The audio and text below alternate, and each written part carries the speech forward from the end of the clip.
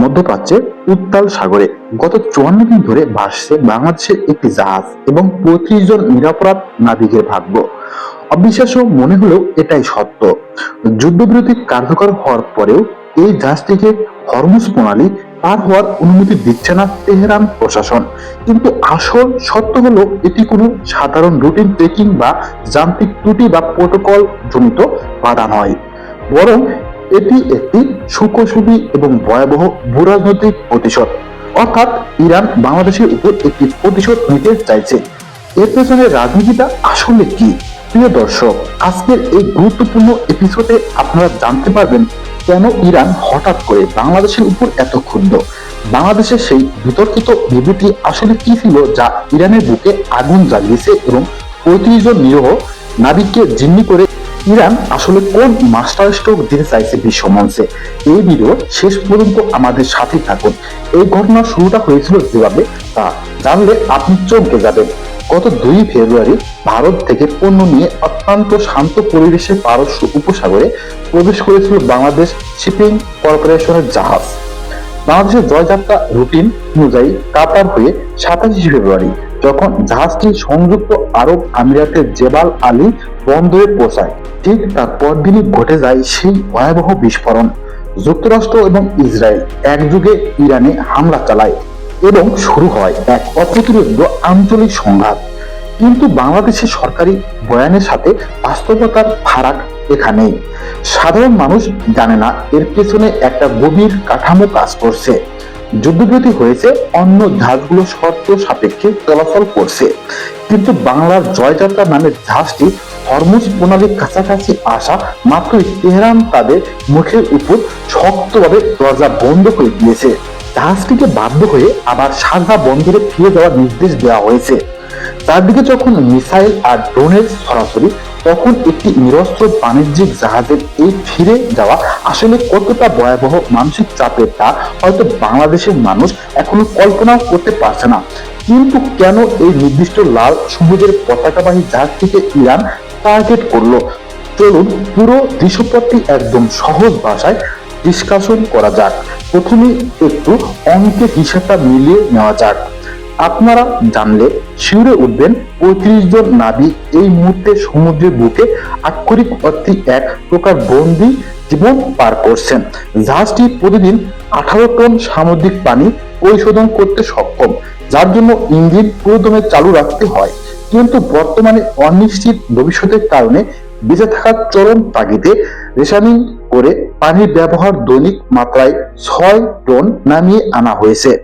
Bangladesh shipping কর্পোরেশনের ব্যবস্থাপনা পরিচালক মাহমুদুল আলম নিশ্চিত করেছেন যে নাবিকদের মনোবল ধরে রাখার জন্য তাদের দৈনিক খাবারের বরাদ্দ জনপ্রতি $7 থেকে বাড়িয়ে $12 করা হয়েছে। দেওয়া হচ্ছে বেসিকের সমপরিমাণ ওয়ার অ্যালাউন্স। দর্শক, একটু ঠান্ডা মাথায় ভাবুন, এই সংখ্যাটা কিন্তু সবকিছু বলে দেয়। রুশ সংবাদ সংস্থা তাস একটি অত্যন্ত এক্সক্লুসিভ তথ্য প্রকাশ করেছে।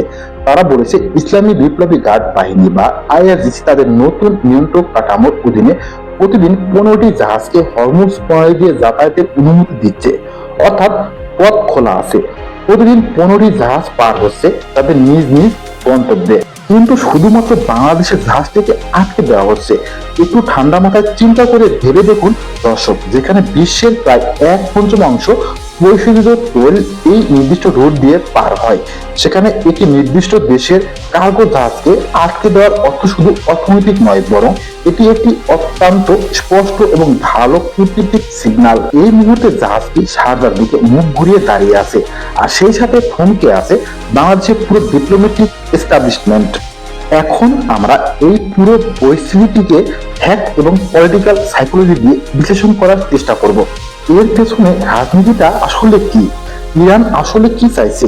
আমরা যদি এখানে একটি ডমিনো এফেক্ট বা সেল এই অ্যাকশনের লেন্স দিয়ে পুরো ঘটনাটিকে দেখি, তাহলে খুব সহজেই বুঝতে পারবো একটি মাত্র ভুল কূটনৈতিক সিদ্ধান্ত কিভাবে আজ এই দম বন্ধ করা পরিস্থিতির জন্ম দিয়েছে। চলুন এবার সরাসরি নামগুলো নিয়ে আলোচনা করা যাক। কিছুদিন আগে ইরান এবং আমেরিকার এই প্রত্যক্ষ সংঘাত বাংলাদেশে রাষ্ট্রীয়ভাবে একটি অফিসিয়াল বিবৃতি প্রদান করেছিল। আন্তর্জাতিক সম্পর্ক বা ইন্টারন্যাশনাল রিলেশন এর ছাত্র মাত্রই জানেন এই বিবৃতিতে বাংলাদেশের অবস্থান ছিল অত্যন্ত সুকৌশলে আমেরিকার পক্ষে এবং দৃশ্যত ইরানের সরাসরি বিপক্ষে। অর্থাৎ বাংলাদেশের এই বিবৃতিতে যুদ্ধের ক্ষেত্রে আমেরিকাকে বেশি প্রাধান্য দিয়েছিল এবং ইরানের বিপক্ষে দাঁড়িয়েছিল। বাংলাদেশ অবচেতন ভাবে বা সচেতন ভাবেই এমন একটি বড় ন্যারেটিভ তৈরি করেছিল যা সরাসরি ওয়াশিংটনের ফরেন পলিসির সাথে অ্যালাইন করে, কিন্তু ইরানের সাথে সেটি সংঘাত করে। এই ঘটনার পেছনে যে রাজনীতি তা এখন একটু বিশ্লেষণ করা যাক। ইরান দ্বারা এই মুহূর্তে মধ্যপ্রাচ্য নিজেদের অস্তিত্ব এবং হেজিমন রক্ষা করার এক মরণপণ লড়াইয়ে লিপ্ত আছে। তারা বাংলাদেশের এই একপাক্ষিক অবস্থানকে কোনোভাবেই ভালোভাবে নেয়নি। তারা বাংলাদেশের এই বিবৃতিকে একটু ডিপ্লোম্যাটিক বিটাল হিসেবে দেখছে। ইরান খুব ভালো করেই জানে সামরিকভাবে বাংলাদেশের উপর আঘাত হানার কোনো যৌক্তিকতা বা প্রয়োজন তাদের নেই, কিন্তু তারা অত্যন্ত চতুরতার সাথে আইআরজিসি এর মাধ্যমে হরমুজ প্রণালীর এই আন্তর্জাতিক চেক পয়েন্ট ব্যবহার করে ঢাকাকে একটি শক্ত বার্তা দিচ্ছে। ইরান মূলত আঙ্গুল দিয়ে বোঝাতে চাইছে যে আমেরিকার পক্ষে বিবৃতি দিয়ে মধ্যপ্রাচ্যের এই গেম অফ থ্রোনসে নিরাপদে থাকা যাবে না। এর মানে হলো ৩৫ জন নাবিক এবং বাংলার জয়যাত্রা আজ কোনো সাধারণ বাণিজ্যিক জাহাজ নয়। তারা আন্তর্জাতিক ভূরাজনীতির দাবা খেলায় দুটি শক্তিশালী পরাশক্তির মাঝে আটকে পড়ে অত্যন্ত অসহায় অবস্থায় রয়েছে। কিন্তু দর্শক, আপনি কি জানেন এর সবচেয়ে বড় সত্যটা আসলে কোথায়? সত্যটা হলো ইরান এখানে শুধু বাংলাদেশকে মেসেজ দিচ্ছে না, তারা গ্লোবাল সাউথের অন্য দেশগুলোকেও এই বার্তাটি দিচ্ছে। ইরানের স্বার্থের বিরুদ্ধে গিয়ে ওয়াশিংটনের হাত ধরলে তার ইকোনমিক এবং ট্রেড রুলস আর কখনোই নিরাপদ থাকবে না। এটি পলিটিক্যাল সাইকোলজির একটি টেক্সট বুক এক্সাম্পল। কেন বাংলাদেশের বুদ্ধিজীবী মহল এই ডিপ্লোম্যাটিক ফেলিয়ার নিয়ে টকশোতে এখন পর্যন্ত কথা বলছে না? বাংলাদেশ কি শুধুমাত্র আমেরিকার গুড বুকে থাকার জন্য মধ্যপ্রাচ্যের মতো একটি গুরুত্বপূর্ণ অঞ্চল এবং বাংলাদেশের রেমিটেন্সের প্রধান উৎসের সাথে সম্পর্ক খারাপ করার ঐতিহাসিক ঝুঁকি নিচ্ছে? এখন আপনার মাথায় সবচেয়ে বড় যে প্রশ্নটি ঘুরপাক খাচ্ছে তা হলো, বাংলাদেশ কি তাহলে নীরবে পুরোপুরি পশ্চিমা ব্লকে ঢুকে গেল? আর যদি ঢুকেই পড়ে তবে বিপদের দিন এই পশ্চিমা পরাশক্তি বাংলাদেশের জাহাজটিকে পার করার জন্য ইরানের উপর কোনো কূটনৈতিক চাপ কেন প্রয়োগ করছে না? কিন্তু এখানে আসল রহস্য লুকিয়ে আছে। এই ঘটনার ইমপ্লিকেশন অত্যন্ত সুদূরপ্রসারী এবং বিপজ্জনক। শর্ট টাইমে আমরা দেখতে পাচ্ছি একটি গভীর মানবিক এবং অর্থনৈতিক সংকট হয়েছে। ৩৫ জন নাবিকের পরিবার আজ দুশ্চিন্তায়।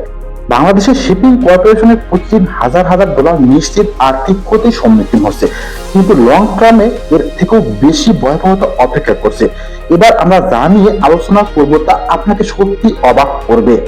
যদি ইরান এই ব্লকের নীতি অব্যাহত রাখে এবং বাংলাদেশের জাহাজগুলোকে টার্গেট করে, তবে অদূর ভবিষ্যতে মধ্যপ্রাচ্য থেকে বাংলাদেশের জ্বালানি তেল আমদানি এবং এক্সপোর্ট ইম্পোর্ট বিশাল এক অভূতপূর্ব ঝুঁকির মধ্যে পড়বে। দর্শক, পুরো দৃশ্যপটটি যদি আমরা 3টি পয়েন্টে সামারাইজ করি তাহলে দেখা যায়, প্রথমত বাংলার জয়যাত্রার জাহাজটি আটকে পড়াটা কোনো যান্ত্রিক ত্রুটি বা সাধারণ প্রোটোকল জনিত সমস্যা নয়, বরং এটি সরাসরি ইরানের পলিটিক্যাল রিয়াকশন। দ্বিতীয়ত, আমেরিকার পক্ষে দেওয়া ওই সেই অপরিণামদর্শী এবং একপাক্ষিক বিবৃতি আজ বাংলাদেশের এই জাহাজটির জন্য কাল হয়ে দাঁড়িয়েছে। এবং তৃতীয় বিষয় হলো, এর ফলে শুধু এই জাহাজটি নয়, বরং বাংলাদেশের ভবিষ্যৎ এনার্জি সিকিউরিটি এবং মধ্যপ্রাচ্য কেন্দ্রিক বাণিজ্যে এক বিশাল অন্ধকার ছায়া নেমে এসেছে। প্রিয় দর্শক, আপনার কি মনে হয় বাংলাদেশের বিবৃতিকে কেন্দ্র করে ইরানের এই জাহাজ আটকানো এই বিষয়টিকে আপনি কিভাবে দেখছেন? কমেন্টে জানিয়ে দিন আপনার মূল্যবান মতামত। তো প্রিয় ভিউয়ার্স, আজকের ভিডিও এখানেই শেষ করছি। ভিডিওটা ভালো লাগলে অবশ্যই লাইক দিন, টুডে নিউজ বাংলা চ্যানেলটি সাবস্ক্রাইব করুন আর নিচে কমেন্ট করে জানাবেন আপনার মতামত। আবার দেখা হবে পরের ভিডিওতে। সবাই ভালো থাকবেন। আল্লাহ হাফেজ।